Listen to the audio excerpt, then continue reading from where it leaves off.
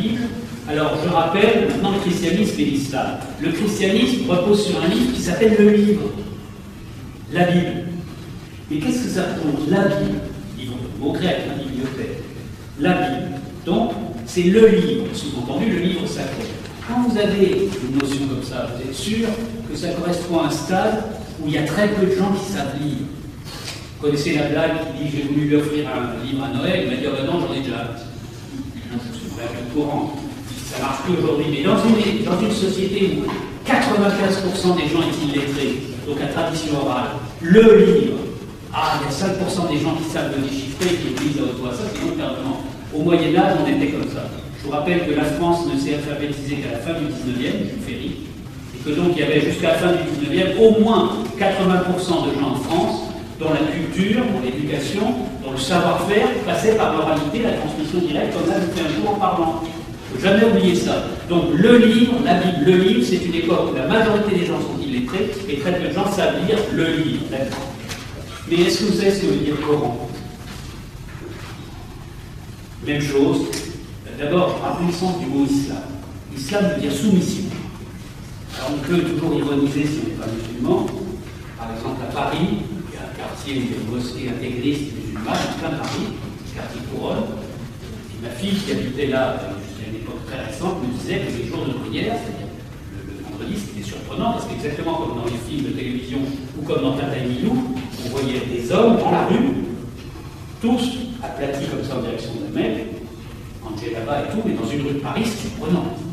Ça coupe la circulation des voitures, etc. Mais qu'est-ce qui matérialise? Les musulmans, soumission, ça veut dire l'homme s'abaisse devant Dieu, c'est-à-dire devant une autre dimension. Les chrétiens, eux, préfèrent s'agenouiller, laisser la tête et adresser sans arrêt. C'est une façon de faire. Quoi que ce ne soit pas une religion, la posture, comme on dit dans une religion de ce type, c'est pour faire la posture droite, en lotus, et bien droite, pour que la respiration ne soit pas gênée, et qu'on puisse s'élever. Presque le geste inverse, mais ça a des mêmes fondements. Bon. Donc, islam, soumission, sous-entendu, soumission de l'orgueil humain à une puissance supérieure. Mais sur le plan symbolique, ce n'est pas du tout ridicule, cette idée de soumission. Ça ne veut pas dire soumission à un roi, à un empereur ou à la police. Ça ne veut pas dire soumission à un patron. C'est-à-dire soumission à la divinité. Il s'agit ici de l'homme par rapport à la divinité. Et que veut dire le Coran? Le Coran veut dire la lecture, ou si vous préférez, la récitation. Pourquoi la récitation? Lecture au sens lecture à haute voix. Alors, dans la civilisation islamique, il y a des choses invraisemblables, puisqu'on pratique encore dans certains pays, par exemple l'Arabie Saoudite, des concours de récitation du Coran par cœur, oui, mais pire encore, à l'envers. Hallucinant. C'est-à-dire que la tradition de l'oralité est telle qu'il y a des gens qui passent leur vie, la point de vue théologique ou religieux, c'est totalement stupide, passent leur temps à prendre par cœur la chose et le réciter dans tous les ordres, même à l'envers. C'est vraiment des jeux de télévision, des jeux de cirque. Mais ça montre bien cette idée de la récitation, l'oralité. Bon.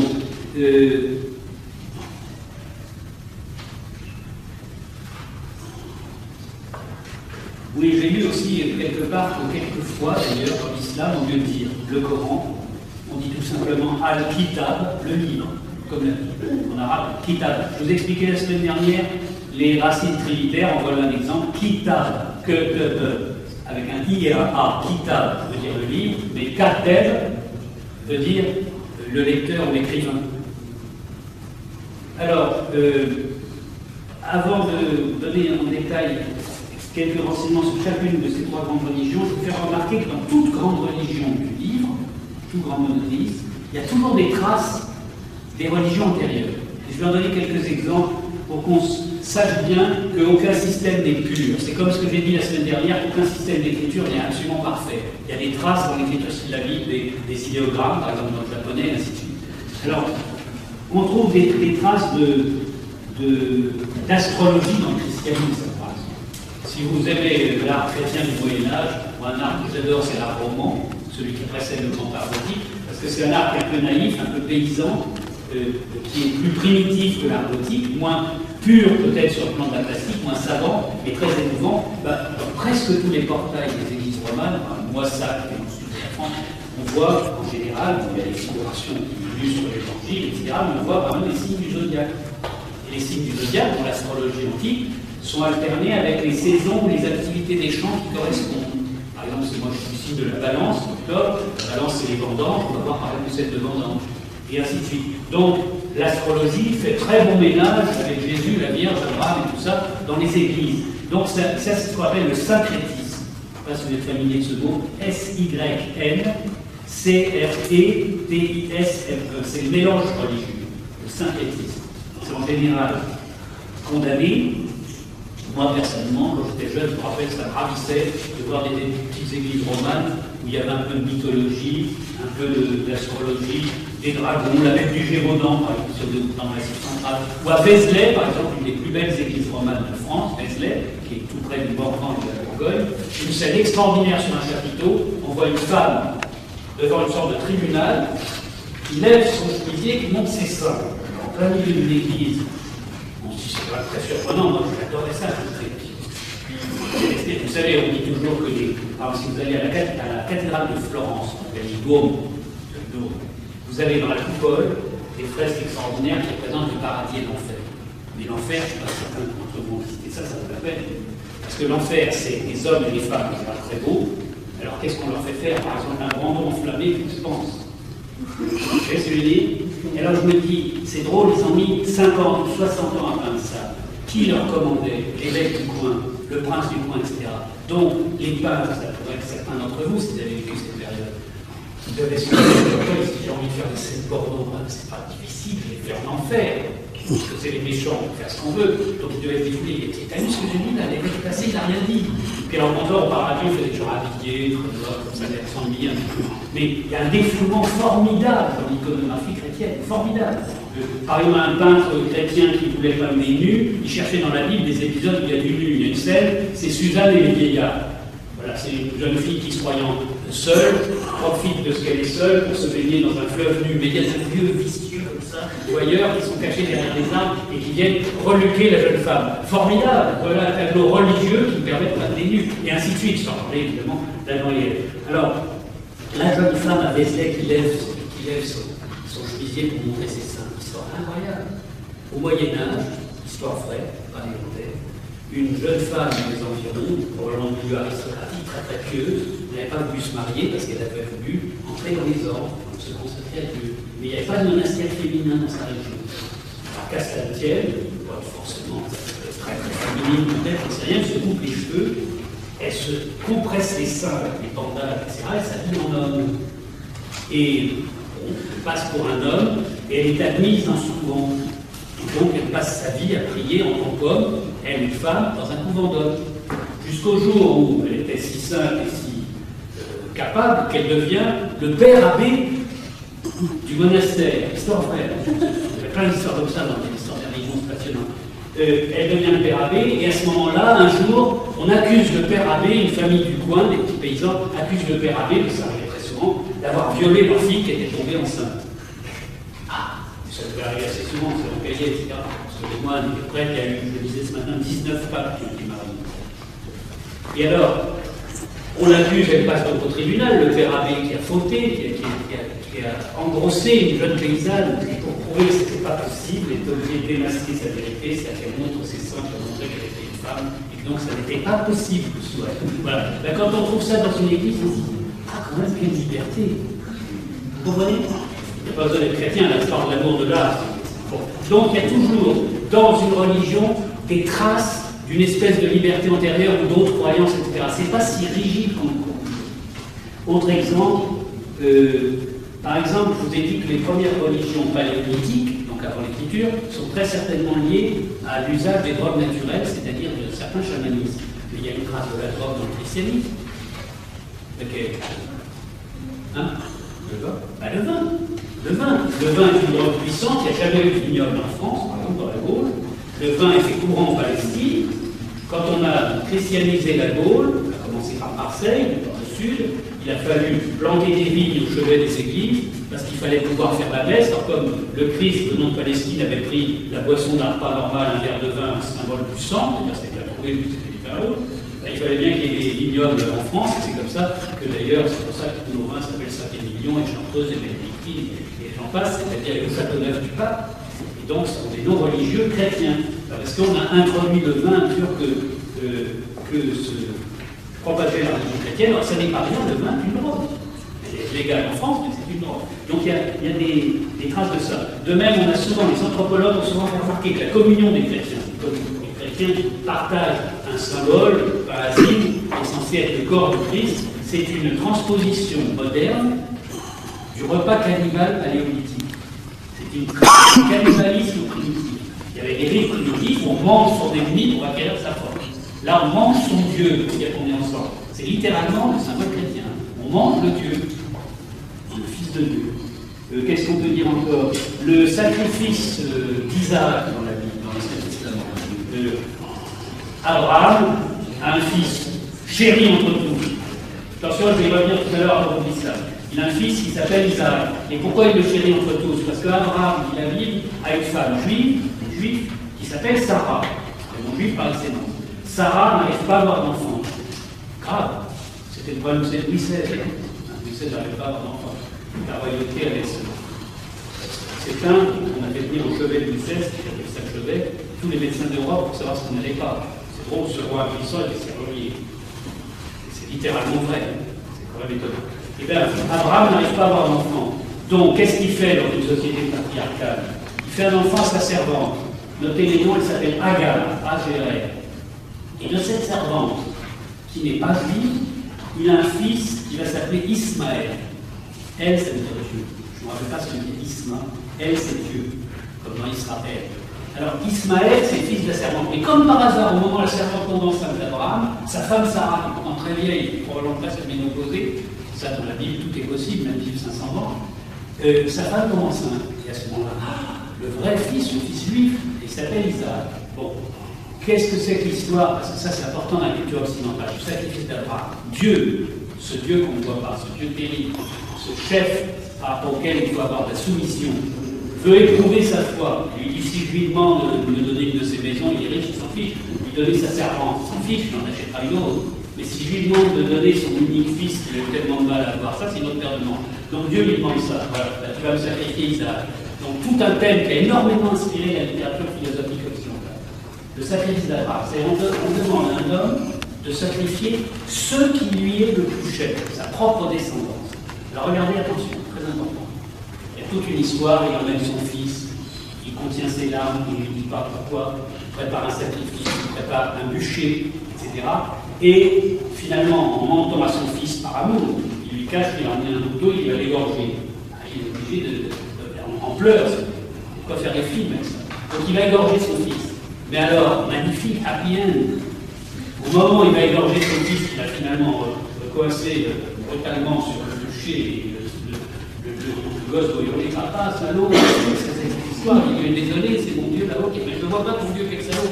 Et bien, au moment où il va l'égorger, à ce moment-là, on dit ah, Dieu satisfait de voir ce qu'il était prêt à faire, arrête sa main, et à ce moment-là, un ange lui dit non, tu sacrifieras à la place le mouton que sacrifie aujourd'hui les musulmans à l'Aïd. C'est-à-dire qu'on remplace Isaac par un mouton.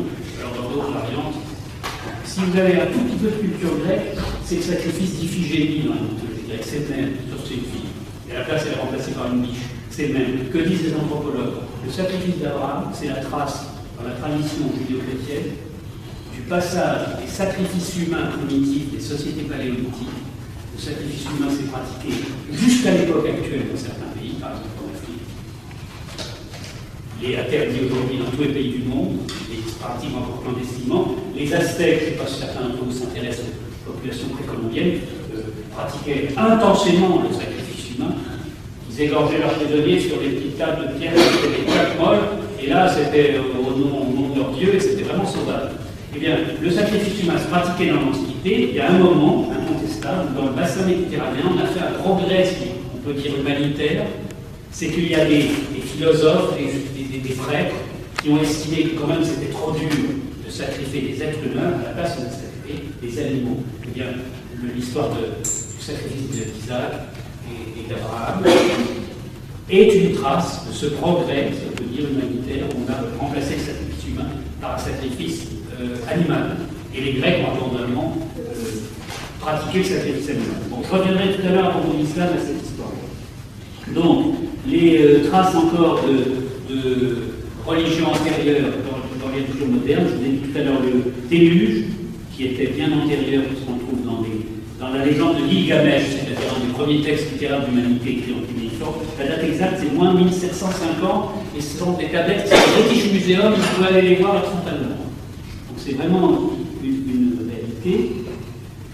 Et puis on dit souvent que chez les chrétiens, en particulier les catholiques, et à la campagne, le culte des saints, c'est-à-dire quand vous entrez dans une église et que vous êtes un saint, vous savez que les saints, pour les chrétiens, chacun a une particularité. Par exemple, Sainte Barbe, représente la culture, c'est la patronne des artilleurs, des pompiers, des choses comme ça. Donc les saints ont des vertus. Le Saint Rita, les causes désespérées. Saint Roch, dont le chien vous lèche vos plaies quand vous avez la lèpre et vous êtes guéri. Saint Martin, qui est un riche cavalier, qui voit un pauvre à moitié tout nu et estropié, et lui coupe avec son épée la moitié de son manteau pour couvrir sa nudité, pas avoir froid en hiver, c'est le généreux, ainsi de suite. Et bien les saints, on dit que c'est tout simplement une trace chrétienne du polythéisme antique des Romains.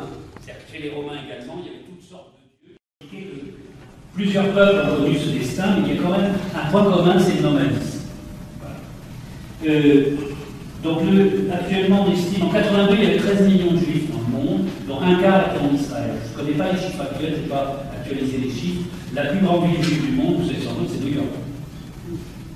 Si on va à la fête des Lumières, on l'appelle Hanouka, c'est une fête, alors ça dépend de la saison, puisque le calendrier n'est pas le monde, les mois sont plus courts. Si c'est par exemple l'hiver, on voit d'un seul coup des bougies allumées, toutes les fenêtres à Manhattan, c'est parce qu'il y a énormément de juifs à New York, c'est de même la plus grande ville irlandaise. On parle en millions de personnes. Alors, le propre de la religion juive, c'est que c'est une religion qui est prosélyte. C'est-à-dire qu'elle ne cherche pas tellement à faire des adeptes, et donc il n'est pas très bien vu, justement, d'essayer de convertir des gens non juifs au judaïsme. C'est une très grande différence avec les deux autres religions. Les chrétiens, s'ils pouvaient les convertir à la terre entière, ils essayaient, et les musulmans aussi. Moi, des élèves musulmans que j'ai eus, par exemple, m'ont dit, un jour, on parlait de religion, m'ont dit, mais monsieur, vous parlez bien de la religion, bienvenue chez nous. C'est extraordinaire. Sous-entendu, et tout le monde peut devenir musulman. Les chrétiens sont pareils, en théorie. Le judaïsme, ce n'est pas le cas. C'est le peuple élu.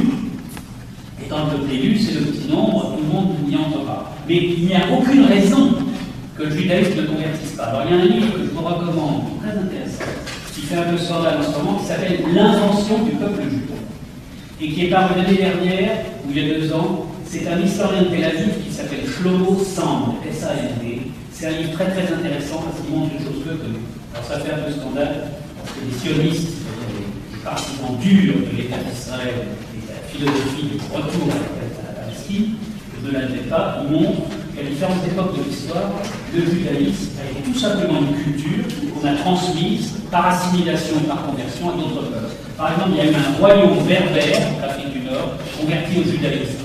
Ça, moi, je ne le savais pas. De même, il y a eu une royauté en Asie centrale qui, pendant un certain temps, a été convertie au judaïsme. C'est des cas très rares dans l'histoire, mais ils ont existé. Ce qui a fait qu'on a restreint le judaïsme, c'est-à-dire la culture et la religion, uniquement aux juifs qui étaient déjà juifs, c'est le mouvement du sionisme. Je vous rappelle que le sionisme, ça veut dire Sion, Jérusalem, c'est le mot hébreu de Jérusalem. Donc le sionisme, c'était ce mouvement qui a été inventé à la fin du 19e par un certain Herzl, H-E-R-Z-L, et un personnage moins recommandable qui s'appelle Max Nordau, N-O-R-D-A, Nordau. Personnage qui a écrit des livres sur la dégénérescence, qui sont extrêmement déplaisants, qui préfigurent des thèses nazies, mais ça c'est une parenthèse. Herzl a inventé un mouvement politique, qui est devenu un mouvement politique, qui visait de façon assez légitime à dire aux juifs qui étaient persécutés à droite et à gauche, qui vivaient dans des ghettos misérables, par exemple, de dire écoutez, il faut qu'on se rassemble, il faut qu'on reste la tête, il faut qu'on trouve un endroit où on puisse vivre notre religion et notre culture sans être humiliés. Or, il était logique, ça c'est pas pour défendre les adversaires de ça, il était logique que, ayant habité la Palestine, et comme c'est inscrit dans le texte même, qu'il s'agit de la terre promise, qu'il veuille retourner en terre promise. Mais vous ne savez peut-être pas que l'État d'Israël, qui a été inauguré le 14 mai 1948, 14 mai 1948, puisque c'est l'épine dans le pied du monde actuel. Du point de vue géopolitique, l'État d'Israël, c'est le problème qui pourrit. Je ne dis pas ça contre Israël, de fait, c'est un problème quasi insoluble qui a des conséquences gravissimes dans la géopolitique. Eh bien, l'État d'Israël, qui date donc du 14 mai 1948, en réalité, il a établi en Palestine, parce que à cause d'Hitler, Exodus, vous connaissez tout cet épisode, il y a eu tellement de martyrs juifs qu'effectivement il fallait d'urgence proposer aux juifs survivants un endroit. Est-ce que vous savez qu'on avait pensé à un moment donné les envoyer à Madagascar, selon un raisonnement totalement raciste et totalement colonialiste? C'est qu'à Madagascar, des pauvres noirs qui savent à peine parler et surtout pas écrire, bah, les juifs avaient très vite été colonisés, dominés, que ça ne s'aiderait personne. Et on a parlé aussi d'Ouganda. Ça, c'est hallucinant, c'est peu connu. On a sérieusement, la Société des Nations a sérieusement envisagé de fixer le peuple juif ailleurs qu'en Palestine. C'est peu connu, c'est des choses, mais c'est réel. Alors, donc le sionisme, c'est ce mouvement politique qui a consisté à vouloir ramener les juifs en Israël. Et à ce propos, je vais rappeler deux mots. D'abord, c'est qu'il y avait des juifs qui étaient restés en Israël, c'est ce qui explique le Shlomo Sound, que le diaspora n'est pas du tout complète. Les juifs qui sont restés, et étant restés, ils se sont évidemment mariés avec des arabes. Il y a eu beaucoup de métissage, parce que les gens n'ont pas qu'on rappelle. L'idée de peuple pur, vous savez, c'est une notion louche, à part Hitler. Donc la notion de pureté, moi par exemple, je suis un petit blond à lunettes un peu myope, j'ai certainement des ancêtres nordiques, mais comme c'est des grands costauds, etc. Je dois avoir des ancêtres au fauteuil, des petits Bounia, Massif Central, petits Rabelais, ainsi de suite. Vous savez, on fait vraiment notre code génétique, on trouve de sacrés mélanges. Sans compter ce que j'ai dit l'autre fois, les blancs sont certainement des noirs colorés. Donc,